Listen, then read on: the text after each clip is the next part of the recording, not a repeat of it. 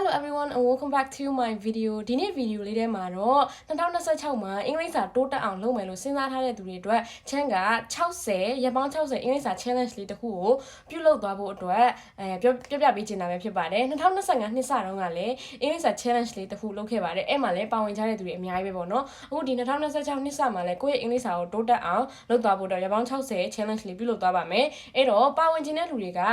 comment မှာ join လို့ရေးခဲ့ပြီးတော့မှချမ်းက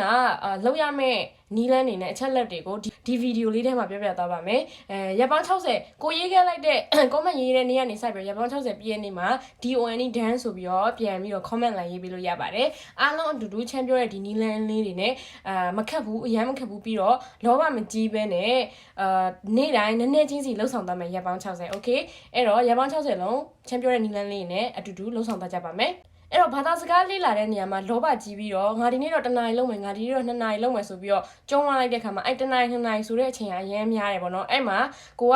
အရင်လောဘကြီးပြီးတော့မလုံးနိုင်မင်းနဲ့ consistency တွေပြတ်သွားတာမျိုးဖြစ်သွားပြီးတော့ကောက်ရိုးမီလို့ဖြစ်သွားတယ်အဲ့တော့ချင်းကဒီရပေါင်း60 challenge ထဲမှာက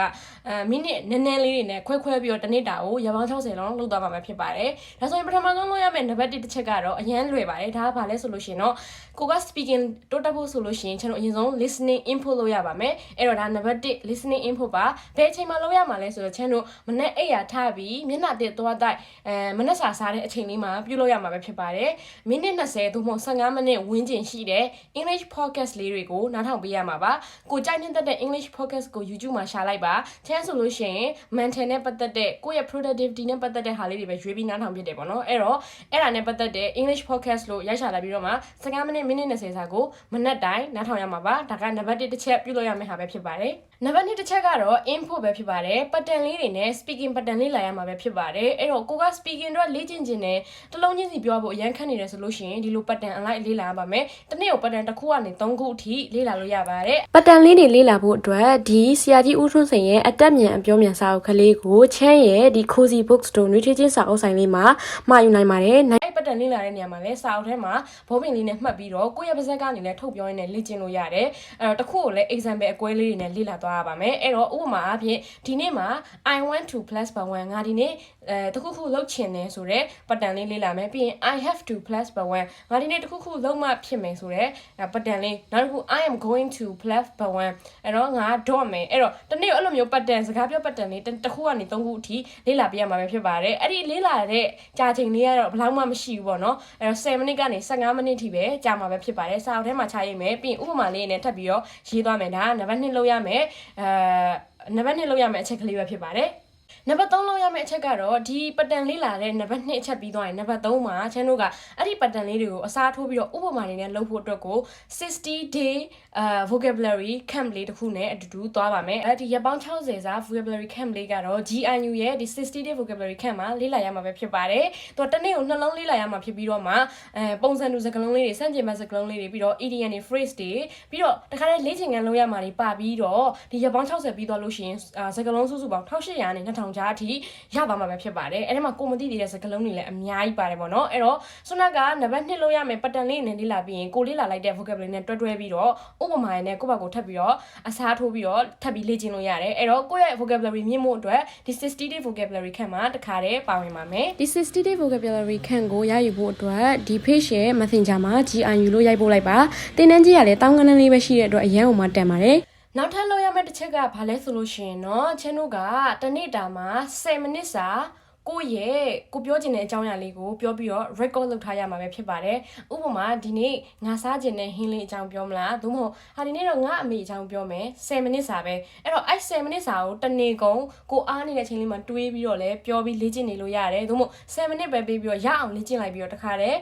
ဗီဒီယိုအချိန်မှာ record လုပ်ထားလို့လည်းရတယ်အဲ့တော့ကို့အမေရဲ့အကြောင်းကိုကတက်တလောက်မှတ်တလောက်ပြောကြည့်မယ်ပေါ့ဥပမာအဲ့တော့မပြောတတ်ဘူးဆိုလို့ရှိရင်လည်းကျွန်တော်ကဘာမှစိတ်ပူစရာမလို ChatGPT တစ်ခုလုံးရှိတယ် ChatGPT မှာတော့သွားပြီးတော့မြန်မာလိုပြောလိုက်လို့ရတယ်ဒါနေ့ငါရဲ့အမေအကြောင်းပြောမှာအင်္ဂလိပ်စာလေ့ကျင့်ဖို့အတွက်ဒါကြောင့်မို့လို့ကိုပြောချင်တဲ့အကြောင်းအရာတွေကိုမြန်မာလိုရေးပြလိုက်ပြီးတော့သူ့ translate လှလှလေးလုပ်ခိုင်းလို့ရတယ်သို့မဟုတ်ငါရဲ့အမေအကြောင်းပြောမှာမဟုတ်နေအဲ့ဒါကိုစီစဉ်ပေးလို့ရမှာဆိုပြီးပြောလိုက်လို့ရှိရင် तू ကကိုယ့်ရဲ့အမေအကြောင်းကိုအဲ့လိုမျိုးလေးရေးပေးလိုက်မယ်အဲ့မှာကိုပြန်ပြင်ချင်တဲ့ဟာလေးတွေပြင်ပြီးတော့မှကို့အမေအကြောင်းကိုလေ့ကျင့်လို့ရတယ်10မိနစ်ပဲအဲ့တော့အဲ့ဒါလေး challenge ပါပါမယ် vocabulary အသစ်တွေလည်းရမှာလဲတေချာပေါက်ပါပဲပြီးတော့ကိုယ့်ရဲ့ speaking ကအဲ့လို output လုံးမသာလျင်တနေ့နဲ့တနေ့ပို့ပြီးတော့တိုးတက်လာမှာအဲ့တော့ချရေးတယ်လေ့လာတယ်မှတ်သားတယ် input ပဲလုပ်ထားတယ် listening နဲ့နားထောင်ထားတယ်ပါစက်ကနေထွက်လာတဲ့ output မရှိရင်ဘလို့မှအဆင်မပြေဘူးအဲ့တော့10 minute တနေ့ကို10 minute စာလေ့ကျင့်ပြီးတော့ကိုယ့်ကို record ပြန်လုပ်ထားရမှာပဲဖြစ်ပါတယ်အဲ့တော့ဒါကအဲ့ဒီ vocabulary လေ့လာပြီးရင်လုပ်ရမယ့်တစ်ချက်ပါတနေ့မှာ10 minute ပါပဲ10 minute ဆိုပေမဲ့ကိုအဲ့ဒါလေးကိုလေ့ကျင့်ပြီးတိုင်းမှာကိုအားတဲ့ချိန်တိုင်းသတိရတဲ့ခါတိုင်းမှာပါဇက်ကလေးကနေထုတ်ပြောနေတာမျိုးကိုလုပ်လို့ရပါတယ်ဥပမာကိုအလုပ်ပြန်လို့စပိန်စီးနေတဲ့ခါတွေကိုအလုပ်ပြန်လို့ကားစီးနေတဲ့ခါတွေမှာအဲ့အရာလေးကိုတွေးမိပြီးတော့ပါဇက်ကနေအဲ့လိုမျိုးထုတ်ပြောနေတယ်ကိုယ့်ကိုအတန်တိုးတိုးလေးနဲ့ပြောနေလို့လည်းရပါတယ်အဲ့တော့တနေ့တာကို10 minute စာဒီကိုပြောမယ့်ဟာတခုကိုလေ့ကျင့်ပေးရမှာပဲဖြစ်ပါတယ်အခုလောမှာတော့တနေ့ကို10 minute စာ reading လုပ်ပေးရမှာပဲဖြစ်ပါတယ် reading လုပ်ဖို့အတွက်ကိုယ့်ကို website online ကနေတွားပြီးတော့ဖတ်လို့လည်းရတယ်လို့ကိုယ်မှာအပြင်မှာအင်္ဂလိပ်စာအုပ်ကလေးတွေဝယ်ထားတာကနေလည်းဖတ်လို့ရပါတယ်ဥပမာပုံမြင်စာအုပ်ကလေးတွေတည်ရမလားပြီးရင်မြန်မာရဲ့ဒီ tradition and culture ကိုအင်္ဂလိပ်လိုနဲ့မြန်မာလိုဘာသာပြန်ပြီးရေးထားတဲ့စာအုပ်ကလေးတွေအဲ့လိုမျိုးတွေကနေပြီးတော့တစ်နှစ်တာကို10 minute အင်္ဂလိပ်စာဖတ်ပေးရမှာပဲဖြစ်ပါတယ်တချို့လူတွေကကြတော့ဥပမာ Pinterest လို application ကနေပြီးတော့မှEnglish reading for beginner for intermediate အဲ့လိုမျိုးကိုယ့်ရဲ့ level အလိုက်ရေးလိုက်မယ်ဆိုလို့ရှိရင် तू က reading နဲ့ပတ်သက်တဲ့topic တွေအများကြီးကြာလာမယ်အဲ့မှာကိုကြိုက်တာကိုတစ်နေ့ကို10 minute ပဲရွေးပြီးဖတ်ပေးရုံပဲပေါ့နော်အဲ့မှာကိုမသိတဲ့စကားလုံးလေးတွေကိုစာအုပ်ထဲမှာတစ်ခါတည်းချရေးပြီးတော့မှတ်ပါမယ်ဒါကကိုက sentence structure တွေကိုပြီးတော့ vocabulary ရောတစ်ခါတည်းတိုးတက်လာပြီးတော့ပါဇက်ကနေလည်းတစ်ခါတည်း like ရွတ်ပေးနေလို့လည်းရပါတယ်ဒါဆိုလို့ရှိရင် input နဲ့ output တစ်ခါတည်းညီမျှသွားမယ်ပေါ့နော်ကိုလေးလာပြီးတဲ့အချိန်မှာပါဇက်ကနေထပ်ရွတ်နေတော့တစ်ခါတည်း output ပါဖြစ်သွားတယ်ဒီနှခမ်းကမာဆယ်လေးတွေကအင်္ဂလိပ်စကားပြောဖို့အတွက်ကိုအရန်အောင်မှသူused to ဖြစ်လာလိမ့်မယ်ပေါ့ဒါက reading လုပ်ရင်လည်းလုပ်ရမယ့်တစ်ချက်ပါနောက်တစ်ခုကကြတော့နောက်ဆုံးမှာပဲထားတဲ့ grammar လေးလေ့လာရမှာပဲဖြစ်ပါတယ်အဲ့တော့ speaking ပြောဖို့ဆိုလို့ရှိရင် grammar အရင်ခေါင်းထဲထည့်စဉ်းစားစရာမလိုဘူးပေါ့နော်ဒါပေမဲ့ grammar ကြကလေးပို့ပြီးပြောတတ်တယ် writing မှာဆိုလို့ရှိရင်လည်း grammar အရင်ရေးပါတယ်အဲ့တော့ writing မှန်မှ grammar မှန်မှ writing မှာလည်းအမှတ်တက်တယ်ဆိုတော့ grammar လေးကိုအနောက်ကနေဖြည်းဖြည်းချင်းလေ့လာသွားမယ်ပေါ့နော်အဲ့ဒီအတွက်ကိုလည်းကျွန်တော် grammar လေ့လာဖို့အတွက်ကိုလည်းဘယ်မှာမှသွားရှာစရာမလိုဘူးဆိုတော့60 day vocabulary camp လုပ်တဲ့ဒီ GRU မှာပဲတနေ့ကို grammar ခေါင်းစဉ်တစ်ခုကိုအချိန်ပေးပြီးလေ့လာလို့ရပါတယ် grammar လေ့လာတဲ့အချိန်မှာတော့စာအုပ်ကလေးနဲ့တေချာမှတ်ပြီးတော့သူတို့သင်ပေးတဲ့ဟာကိုလိုက်ပြီးတော့မှတ်သားထားရမှာပဲဖြစ်ပါတယ်အဲ့ဒီ grammar သင်ယူတဲ့အခါမှာလည်းကိုကသင်ယူတာမျိုးမဟုတ်ဘဲနဲ့တခါတည်း exercise တွေလုပ်ရမယ်ပြီးတော့ဒီ quiz တွေလည်းအများကြီးပါမှာဖြစ်တဲ့အတွက်ကြောင့်မလို့ကိုက grammar မှတ်မှတ်မိမှာစိတ်ပူကြမလို့ပေါ့နော်တစ်နေ့တာမှာမှတ်မှတ်မိလို့ဒီတနေ့ကို topic တစ်ခုလေ့လာလိုက်လို့မှတ်မှတ်မိဘူးဆိုလို့ရှိရင်လည်း3ရက်ကို topic တစ်ခုအနေနဲ့လေ့လာလို့ရပါတယ်ဒါပေမဲ့ speaking လုပ်တဲ့ speaking ပြောတဲ့နေရာမှာဒီ grammar တွေကိုလုံးဝမစဉ်းစားဘဲနဲ့ကိုဆွနာလေ့လာခဲ့တဲ့ pattern လေးတွေသို့မဟုတ် ChatGPT နဲ့ပြောမဲ့ဒီ conversation အဲ့လို passage လေးတွေကိုအသုံးပြုပြီးတော့လေ့ကျင့်သွားလို့ရတယ်ဒီ grammar ကကြတော့နောက်ပိုင်းဒီ writing နေနဲ့မတိမတာကိုပြောင်းလဲသွားမဲ့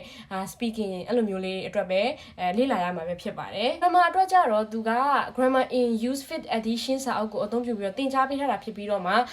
သင်ခန်းစာပေါင်းတော့145ခုပါတယ်ဗီဒီယိုတစ်ပုဒ်ကိုတော့အချိန်1နာရီတော့ပေးရတယ်ပေါ့နော်အဲ့တော့တစ်နေ့ကိုဗီဒီယိုတစ်ပုဒ်သို့မဟုတ်3ရက်ကိုဗီဒီယိုတစ်ပုဒ်ပို့ပြီးတော့နားလည်လွယ်အောင်လေ့လာလို့လည်းရပါတယ်ဒါပေမဲ့သူကတော့60 day ထက်ပို့ပြီးတော့အချိန်ပေးပြီးတော့လေ့လာရမယ်ပေါ့နော်ဒါပေမဲ့နောက်ဆုံးမှာဖြည်းဖြည်းချင်းလေ့လာသွားပြီးတော့ကိုယ့်ရဲ့အင်္ဂလိပ်စာ level တက်လာဖို့အတွက်ဖြည်းဖြည်းချင်းလေ့လာသွားရမှာပဲဖြစ်ပါတယ်ဒါကြောင့်မလို့ချက်နောက်ဆုံးမှာ grammar လေးပါလေ့လာမယ်session လေး challenge လေးကိုထားပေးထားတာပဲဖြစ်ပါတယ်ဒါဆိုလို့ရှိရင်တော့ချက်ဒီနေ့ပြောသွားတဲ့ဒီအချက်ကလေးတွေကိုတစ်နေ့တာလုံးမှာအချိန်10 minute ပေးလိုက်15 minute ပေးလိုက်ဒီလိုမျိုးလေးလုပ်ရင်းနဲ့မှာတခါတည်းကိုယ့်ရဲ့အင်္ဂလိပ်စာကိုရက်60လုံးမှာတိုးတက်သွားအောင်လုပ်နိုင်မှာပဲဖြစ်ပါတယ်ဒီအရန်လွယ်ကူပြီးတော့ရိုးရှင်းတဲ့ဒီအချက်ကလေးတွေကိုနေတိုင်းတော့အဆက်မပြတ်ရက်ပေါင်း60လုံးလုပ်ပေးရမှာပဲဖြစ်ပါတယ်ဆိုတော့60 day vocabulary camp ဆိုလို့ရှိရင်လည်းတစ်နေ့ကိုမှ vocabulary နှလုံးကိုမှအခွဲ example လေးတွေနဲ့လေ့လာရမှာပေါ့နော်အဲ့တော့ဒီ60 day vocabulary camp နဲ့ဒီ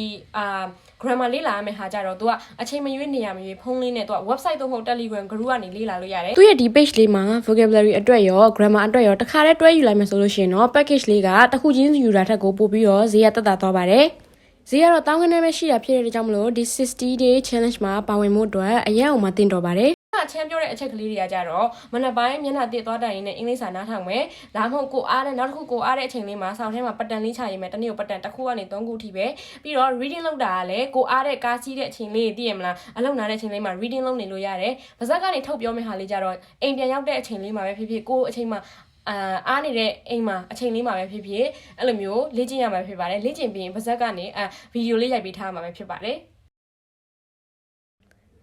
ကဲဒါဆိုဒီဗီဒီယိုတွေ့တဲ့နေ့ကနေစပြီးတော့ကိုယ့်ရဲ့60 day challenge လေးကိုစတင်လို့ရပါပြီ။ချမ်းပြောသွားတဲ့ရိုးရှင်းတဲ့အချက်ကလေးတွေကိုနေ့စဉ်ပြုလုပ်သွားခြင်းအပြင်ရက်60ပြည့်အောင်ပြုလုပ်သွားခြင်းအပြင်ချမ်းတို့ရဲ့အင်္ဂလိပ်စာကိုအတူတူတိုးတက်အောင်လုပ်သွား